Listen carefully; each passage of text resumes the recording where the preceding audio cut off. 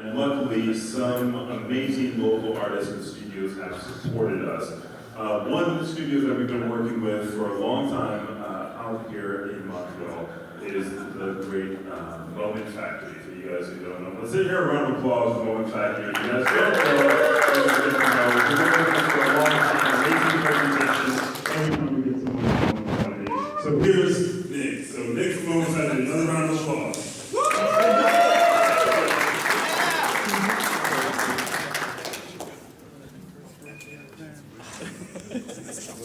Hello, everyone. I'm Nick. I'm a tech artist, motion designer at the Moment Factory. I'm going to just go over different mapping techniques we use because we're using Cinema 4D in an interesting context, large surfaces, and I just wanted to go over some of the special sort of techniques going from simple to more advanced, how we map and work with surfaces. So I'm going to start with the showroom.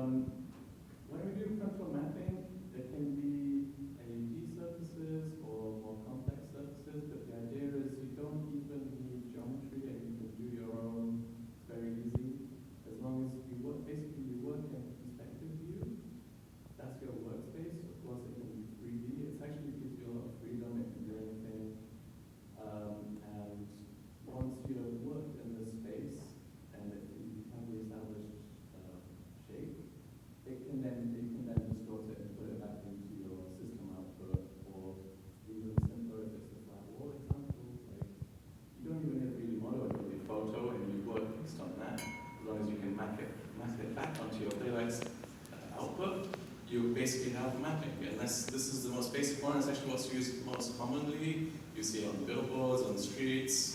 It also is the most versatile because the content can be anything you want. And yeah, so that's the frontal mapping. Let's go a bit more. There's also when you have frontal mapping, but you have the 3D geometry. So let's watch this one, a great project. Again, single perspective, but you have geometry, and you see how much more we can do with that data.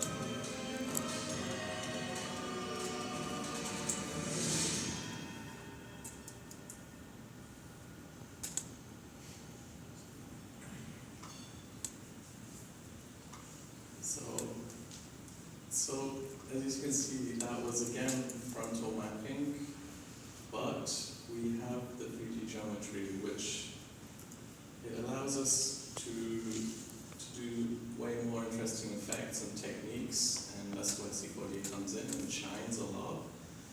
Basically, the main thing I want to talk about in this presentation is the technique of encoding gradients into geometry, because it's such a powerful effect and you can use it in so many different ways. A gradient is literally encoding direction over time, and it's a single image and you can phase through it, which you can use to create masks. You can use pulse waves, transitions, and I love finding out different ways to encode this data into our geometry. I used to use vertex map fields, but I recently also like using just 3D gradients. Nenov has so many nice 3D spatial effects like 3D noise, 3D gradient shaders. So I would set up like a 3D gradient from here to here. Once you have that, you can phase through that, and you only need one single frame instead of rendering out a pulse wave sequence. It's much lighter, and yeah, recently a nice hack I really enjoyed finding was I stopped using 3D gradients and now I just use a directional light or an omni light set to ambient illumination, which will instantly just create you a three-dimensional gradient in your space. And this can get even crazier, I'll show you later. But this is how you get those amazing effects through your geometry. And you technically don't even need a UV map of the geometry, because in this example you're working in frontal projection, which means you don't need the UV map of this geometry because it's one perspective. But later on you'll see how it can be more interesting. So this is another project which was pretty crazy. Again, massive surfaces, spheres, building-sized screens. Like the main one they saw is like 16K, just one of them. It was a huge project, and this is actually more a situation where it's not so much about mapping as it is about managing your assets. Obviously there's illusions and things we do, but when you have so many surfaces, it really becomes about managing. And again, Cinema 4D is like the fastest, most powerful production tool I've used, and I've used a lot of different software. It's just so fast, like using layers, it takes, you just like, you can do everything. Like the way we did this project, I was working on, for example, the underwater scene. Oh shit, just one. The underwater scene, there was so many assets that had to be reused, and actually the 3D gradient effect I was talking about, I was using there as well.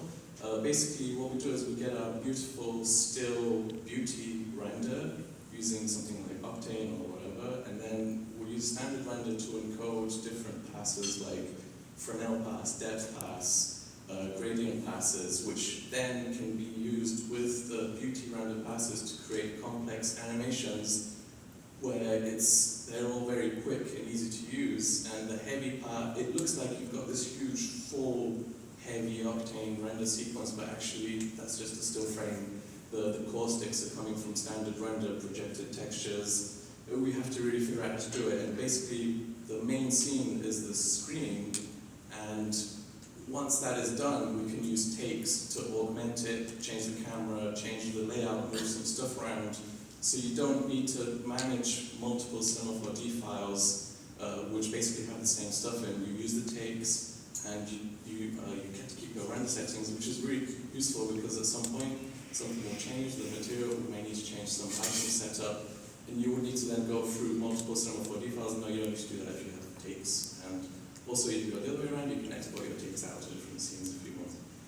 Spherical mapping, I'm going over every time. Spherical mapping, there's different techniques for spherical mapping. You can go cylindrical projection, which is the most versatile, quickest. In this project, luckily, the sphere screen we worked on had the bottom cut out, and the top, I think, also had a slight cut. So it's perfect for cylindrical projection. And you can see, you can do some crazy stuff, like my colleague Jonah made this amazing C4D setup here with these crystals opening up. It was an amazing setup. also, spherical camera is another great way to work with spherical screens. You put it in the center, and you actually work inside out, so it will look like this. It works in certain situations. Baking, yeah, that's the most heavy one, because what you would do is make a reflective sphere and then bake that inwards. It's very rare that we've done that, but it is another option, spherical mapping. What's the next level? Okay, so this is when I want to come back to the gradient encoding thing I was talking about. When you have really complex surfaces, like this project where we had something like over 1 kilometer of screen, it cannot fit on one canvas. It needs to be separate. So how do you animate an effect going across all these multiple screens that are going to different system outputs? Basically, what we do is we have the UV map, which we use for other mapping events too, where you've got your artist template, which is where you're working, for example, the sweet spot location mapping, or you can work in other ways, but when the surfaces are separate, you can still render a gradient, like here I'm using lights instead. Because you have the UV map, you can bake this, and it can come in segmented in different comps or different files, but you know that they will be completely cohesive because the UV map is the same in your 3D scene as in the system output, which means you can do fully spatial effects even if you're using the limit of After Effects as 32K wide comps. And this technique is really powerful for getting cohesion across multiple surfaces. Say you have like a scene with like many screens like all around. It's great for that kind of thing. And it's not just limited to mapping. You can use it in your 3D scenes as well. Like I was saying earlier, we render different passes and we can use them in the content. It is applicable everywhere. And once you've rendered this 3D gradient thing, and maybe you put it through After Effects, and you do your special effects, you can send that back out as an image sequence back into Cinema 4D and use it to trigger stuff like emitting particles from this pulse wave that you animated in After Effects using the gradient. There's so many different ways you can mix it up and reuse it, stuff like that.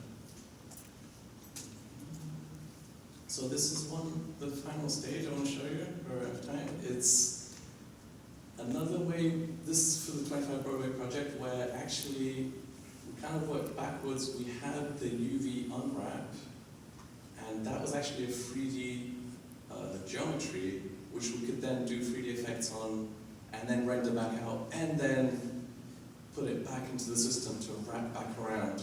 So we actually don't work in a 3D scene and bake. We have the unwrap done, and this depends on what kind of effects you're doing. And this way was like the most practical that was found for this project. I didn't work on this project, but it was crazy, like huge system output. And I wanted to bring it up because it's another way of working where you work directly on the UV, but it's in 3D, but it still maps. Like basically, there's so many different approaches that you can take to mapping projects.